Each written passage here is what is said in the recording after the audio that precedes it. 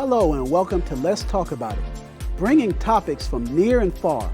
I am your host, Michael Lucas. Thank you for tuning in.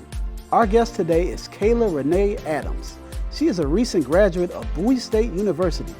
Thanks for joining us. Stay where you are. We'll be right back.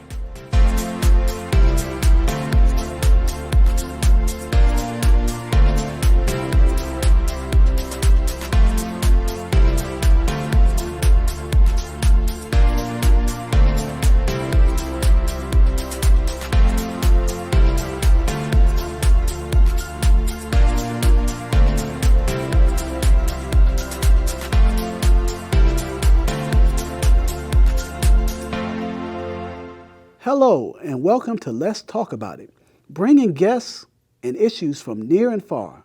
Our guest today is Kayla Rene Adams, a recent graduate of Bowie State University with a Bachelor's in Fine Arts and Musical Technology.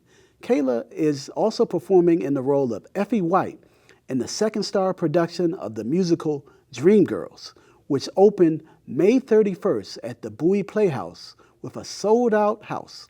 Dreamgirls will be running through June 29th.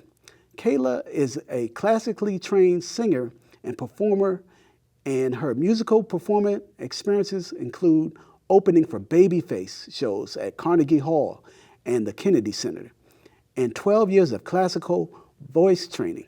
Kayla is also a skilled clarinetist and a pianist. In the future, Kayla hopes to pursue singing, songwriting, and performing professionally. Speaking of singing and songwriting, Kayla Rene just released her debut song, Numb. Congratulations, Kayla, and welcome. Thank you for joining us. Hey, Kayla, how are you doing today? I'm good. How are you? Hey, I'm doing great. You just released your song, Numb. Can you tell us more about that? Yes. So Numb is one of my passion projects I've been working on since high school. It's a really dear song to me, and yeah, I'm really excited about it. It's my very first single, so I think it was kind of just something I really needed to put out there. Can you tell us more about like the experiences of that song? Like, did it come from personal experiences or other people's experiences? Like, what really inspired you to make those lyrics? It definitely came from personal experiences. Definitely came from like young high school love. Mm-hmm. Definitely just naiveness and coming from a place of like trying to navigate what love life is, always being confused, not knowing what to do, and then kind of being done with the situation and trying to move past it. Okay. All right, now listen to other artists. Okay, you have a wide range of vocal talent. You can sing like classical, probably like R&B, pop, all that stuff. Were there any like musical genres that you listen to like in the house that you like, hey, I want to sound like this person, or this, I'm just trying to get my voice to really imitate this person, but maybe put my own little spice to it? Definitely. My household had a lot of different music growing up, whether it was like songs I heard in church because we went to church every Sunday, or my father really loved to play Andrea Bocelli, who was a really popular opera singer, but also Luther Vandross, Whitney Houston, Heat Wave, Jackson 5, Michael Jackson, it's a huge one. All of those singers really very much, I really like old school sounds. Okay. Okay, because I guess that's what really comes with your range, because the church is more soulful, mm-hmm. and then the classical is more trained and more, I mean, it's still a very good sounding music, but it's more polished. I mean, you could say polished, but it's like really trained, like really they emphasize mm-hmm. words and structure and everything. I guess you got that structure from that. Everything's set in stone in classical. It's very like, I feel like with soul music, and especially like music that comes with culture, mm-hmm. it's very, you can follow your emotion with it. Mm-hmm. And I'm not saying classical music has no emotion, but classical music, there is a wrong and a right. And I like the fact that with soul music and like gospel, you can just feel and go with it. Yeah, and even with songs, sometimes you can kind of like emphasize a certain word. Or like in the way you emphasize it, you can really, the way you sing a word, you can make people really feel really good about it. Exactly. And remember it that way. Mm-hmm. Yeah. Okay, let's talk about your high school, your education, okay? What school did you attend and through in Maryland? I went to Duke Ellington School of the Arts, which was like it kind of really like molded me for what I really wanted to do. I always knew I wanted to sing. So when I was like looking at high schools or where it was really a good fit for me, I was like, okay, I'm going to try Duke Ellington and see what happens. And I transferred there from Bishop McNamara my sophomore year of high school. Okay. And then let's also talk about your college. You went to a HBCU, you went to Bowie State University. Yeah. How was that experience? Did you, some of the songs you might reflect on from the past and maybe think about, hey, I remember back when I was in college, maybe I can make a song about that or something like that. So definitely. My HBCU experience, I wouldn't have traded for the world. I think at first when I went to Bowie, I was like, oh, since I grew up in Bowie, I was like, oh, this is just going to be like, I'm probably not going to like have any new experiences. I know Bowie. I went up there for like football games growing up, like, oh, da-da-da. But it was completely different being a student and like actually immersing myself into like that HBCU culture, especially as a music technology student, because a lot of HBCUs don't have that program. And that's actually why I ended up choosing Bowie, because music technology, I knew I wanted to go to HBCU, but it's so hard to find that program because of the lack of funding that sometimes HBCUs put into their music programs.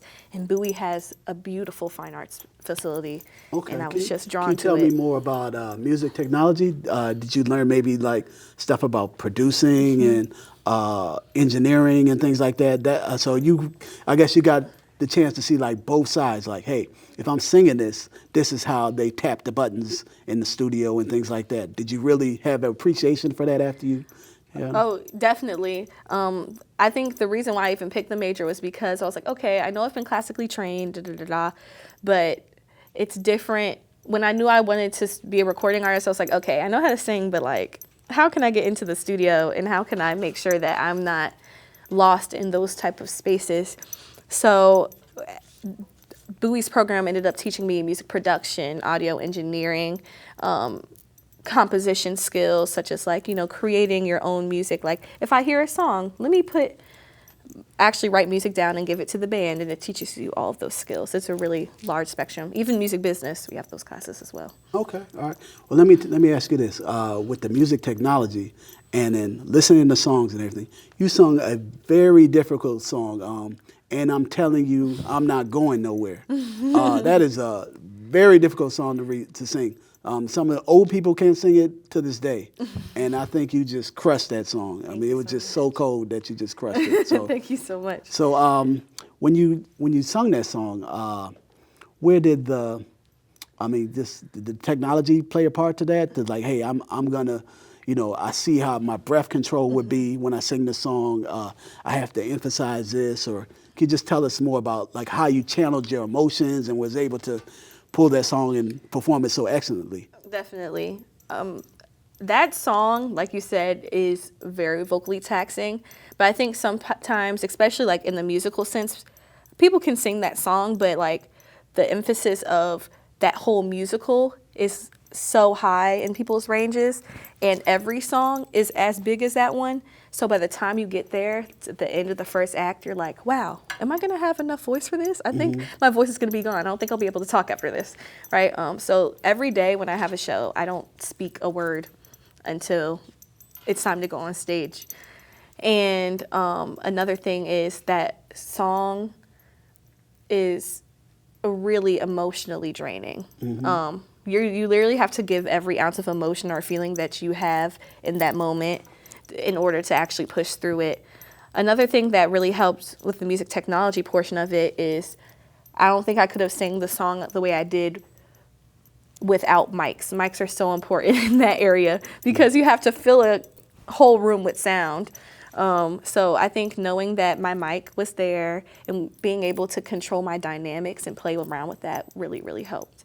So yeah, it was a huge song, and I really loved the role. It's been one of my dream roles ever since I was a little girl, and it's the first lead I've ever had. Yeah, I mean that's really difficult because like even the way the play comes around, I guess it's like you have to get emotional. Like it might cause some tears and just like you have to really get into it. Almost like you're acting like plays are movies, but it's just like movies on the spot. Movies on the spot. And you do it every day. Well, I mean, especially during Tech Week, right? We had 2 weeks of Tech Week to prepare for the show. So I was doing that show every single day for 2 weeks. and you really get to like be in that person's shoes. And I think Effie White is just one of those characters that any thick Black woman can just relate to, because anyone with a dream in that matter, especially people who don't fit the standards of whatever the industry wants as beauty, you know what I'm saying? So I think it's also just putting yourself there. And then also during the process of this rehearsal process, I think I had my first heartbreak. So I think it was also, I had done this musical at Bowie State my sophomore year, but we only did it for, I only had the show for 2 days. And I think my outlook was very different and kind of very, even though I'm still young, but I was very naive when I first did it. I think Effie is such a complex character that now I'm actually seeing like where those raw emotions are coming from, and like really getting to dive deeper into who she was as a character. And I'm really enjoying it. Yeah, and I think that's why Dreamgirls is so prevalent today, because the same things that happened, that play was written long time ago, but the same things can happen to an artist to this Now, day. and it's still happening, which is even crazier. And I think that's why people continue to put it on, and it continues to be sold out wherever it is put on, because the writing is so good. And everyone knows someone as grimy and sleazy as Curtis, someone as ambitious as Effie, someone as maybe conceited as Dina at a time. So it's really amazing. Okay, all right. And one thing I noticed about the play was at, like you said, in Bowie, and you didn't use a lot of props in the play, and it had a limited amount of props, which really made the audience focus on the entertainers, the performers, your dancers, and all that. So I think that really made it really good, though, you know. So I agree. And I think it also forced us as a cast to make our emotions bigger so the audience could actually follow the story. And I really admire our director for like making the choices that she did, especially with even little props such as like signs to tell you where we're going, and like the time lapse of the story, because the story starts off, I think, with everyone being teenagers, and then you see them as grown adults by the end of the show. okay. So the first show you did at Bowie, was there a difference between the first show and I think you did you do 14 shows? Yes. Well, yeah, I think 14 to 17 shows, something like that. It's 3 for 5 weekends. So yeah, 15 shows. There's so many styles of music today. A lot of people say like, well, I want to try to do this. Maybe I should try to do R&B, or maybe I should try to do country, or maybe I should try to do disco or pop. It's just a wide variety of stuff you could do. Are there any type of musical genres or musical style that you'd like to say, hey, maybe I should put my foot in that and try to do it? I think that I've been exposed to so much that I've always wanted to be the type of artist that can do everything. I haven't really tackled country yet, but that I feel like, especially with like the new wave of like Beyonce's Cowboy Carter album, and actually her putting the light on a lot of new Black artists that are in country, I think that's definitely something I would like to put my foot in. But I also have always loved ballads. That's where I'm most comfortable at. I love any form of ballad from any time period. I think I want to master capturing the sounds and the evolution of what a ballad is. Okay, all right, that's good. Okay, and your new music, what direction you think you might be going towards in your new music? I can say like, hey, you know, this is like, is you think it will be more like ballads, or like when you finally release an album? I don't know, have you're probably working on an album or something now. So like, one thing, like when I listen as a consumer, the first couple songs always have to catch my attention. Instantly. Instantly. like if the first couple tracks aren't really good, then I kind of won't listen to the rest of the album. Like some people always say that you should put maybe like your best or second best track, maybe number 1 or number 2. Do you agree with that? I do agree with that. As people, we want to get to the information quickly. We know very quickly whether we like or dislike something. And especially with music, since people are so picky about it, you definitely want to catch someone's attention fast, or else they won't really come back for it, especially new artists such as myself. Yeah, because I mean, music is so subjective. Like you might say like, you know what I mean, the beginning of a song, you might say like, wow, I mean, the way it intro, that just caught me so quick. I got to listen to the whole track. And then if the intro isn't really great, you might skip it and like and go to the next track. So, yeah, are there any as far as like favorite albums? Are there any albums that you were like, man, I can listen to that album all the way through and then will never get sick of it? Can you kind of explain on that, or is there anything you can think of right off the top? Adele, 30, her 30 album, love that album. When I think of like full albums, I really love. Dang, now it's so I know it's so so many female albums. I mean, maybe if I break it down to like 90s or 80s or 2000, would that help a little bit if I go by decades? Like maybe Off the something Wall. about okay. Michael Jackson. Yeah, Every Michael Jackson album. But you know what? One thing I noticed about artists, sometimes when you wait 2 or 3 or 4 years, you can have more experiences to talk about. Some people like rush their albums and don't have really nothing to say. So. And I think that's why I'm so excited for the new music I have coming, because these are like the products of the emotions I have now or have had like in my college experiences, like you were talking about. And I think that the new sound I'm kind of going for is, I feel like Numb, you can hear the youth in it. I think it's more, the songs I'm coming out with are a bit more mature, but in a way that the storytelling is more mature. Okay. And also it's more uplifting, I think. I think Numb it's a upbeat heartbreak song. Well, not really upbeat, but upbeat heartbreak song. But the new music I have is kind of on the border of gospel without like actually calling out God's name in a way. All right. So I mean, as far as like subject matter of songs, you're not gonna have any songs like dogging, dissing men and everything else like that. No, that's not me. I'm a lover girl. You know how like some artists are like, they're like, such and such, they did this to me, and I mean, sometimes that's good because I mean everybody needs that type of song sometimes because we all go through those emotions.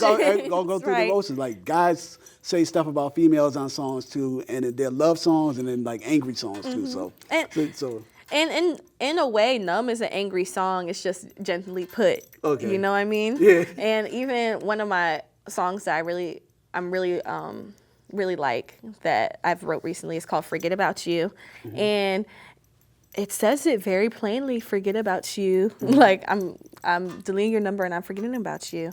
And I think that's a general way to put, like, you know, say other things. But, you know, I could have easily cussed someone out, but you don't want to all the time, you know. That's not my nature. You know, the music is a reflection of a human experience. Yeah, but even like when you listen to a song like that, you say "forget about you." That could still apply to something else. Like you For listen to so that, many things. Yeah, like you listen to that song. Maybe like you had a bad experience that day, and you just want to forget about all your problems. Exactly. You can just kind of, I mean, just flip it that way. And Right. Just It put doesn't that have in to the be mind. for your significant other. It could be your mama who was getting on your nerves. Like, Mom, I'm not talking to you today. I'm forgetting about you today. I'll talk to me tomorrow. Yeah. So I mean that's a very good thing to try to tackle that way. Yeah.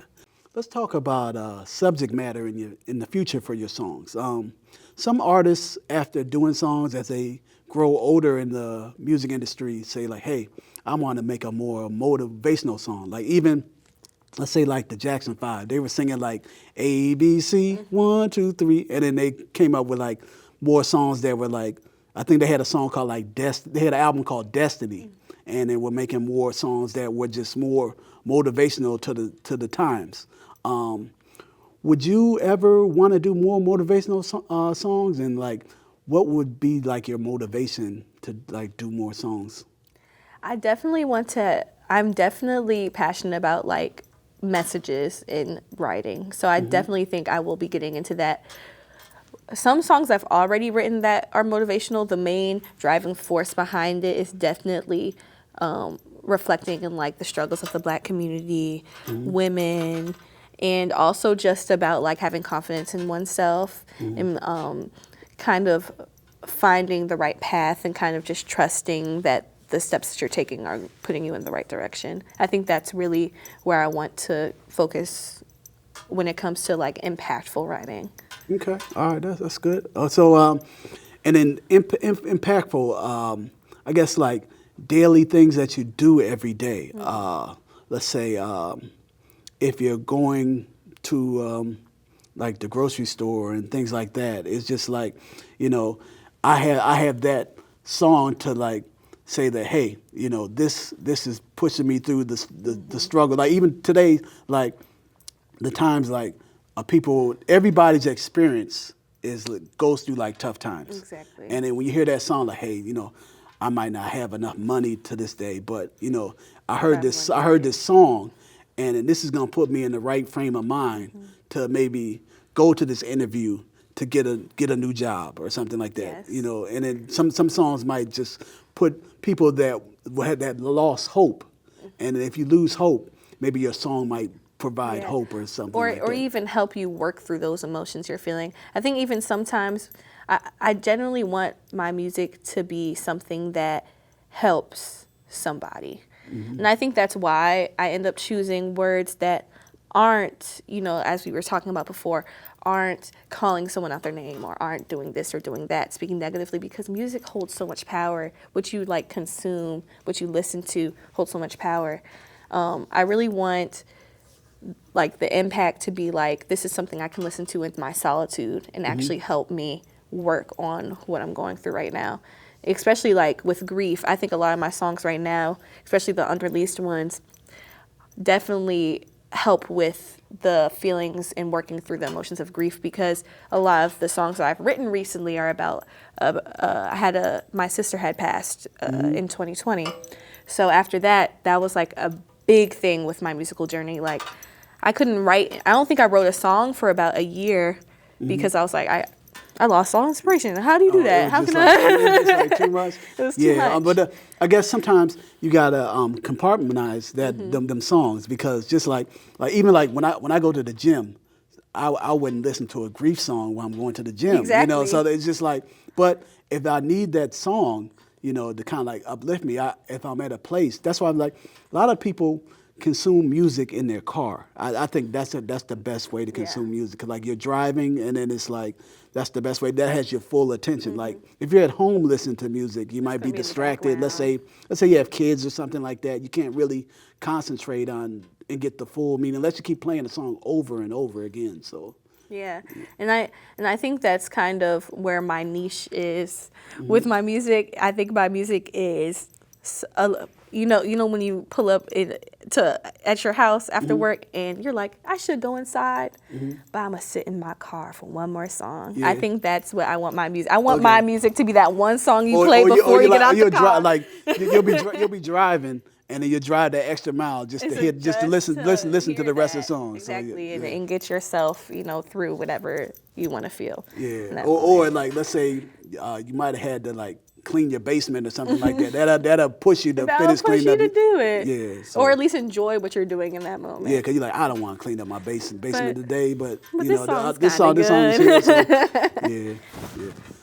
Okay, I mean, it was great talking to you, Kayla, and I guess we're just gonna keep things going. We'll hear more from you and hear more from you in the future, and I think everything is just gonna go around so excellent for you. Thank you so much, and thank you so much for having me, Mike. All right, it's been a pleasure. Yeah. Thank you for joining us, and we wish the very best on your journey in the music industry. Up next, Kayla will be performing her new song, Numb.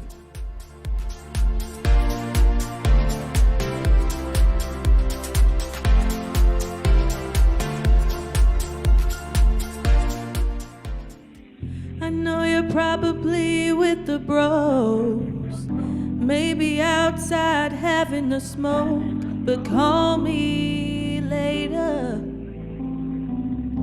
when you're able. You ain't never had to ask for nothing, but you were always complaining about something. Then want my body. You're so cruddy. I deserve to be appreciated. You always made it so complicated, never reciprocated. You need to change it, oh no. 'Cause I deserve to be appreciated. You always made it so complicated, never reciprocated. Oh, you need to change it. to you. I'm numb to you, to tell you the truth. Don't know what to do. Said you've been hurt before, that you can't love no more, you don't want a label. But I need something stable. If you wanna go around town, just let me know. Don't be ashamed now, I just want honesty. I deserve the truth, but you're taking advantage of me. I'm confused. I'm confused. Feeling used, and I think we should be through. 'Cause I deserve to be appreciated. You always made it so complicated, never reciprocated. You need to change it. 'Cause I'm numb to you. I'm numb to you, to tell you the truth. Don't know what to do.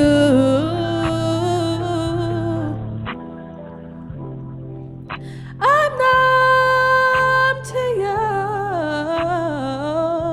You never reciprocated. Don't need complicated. I'm numb to you. You never, oh no, reciprocated. Don't need complicated.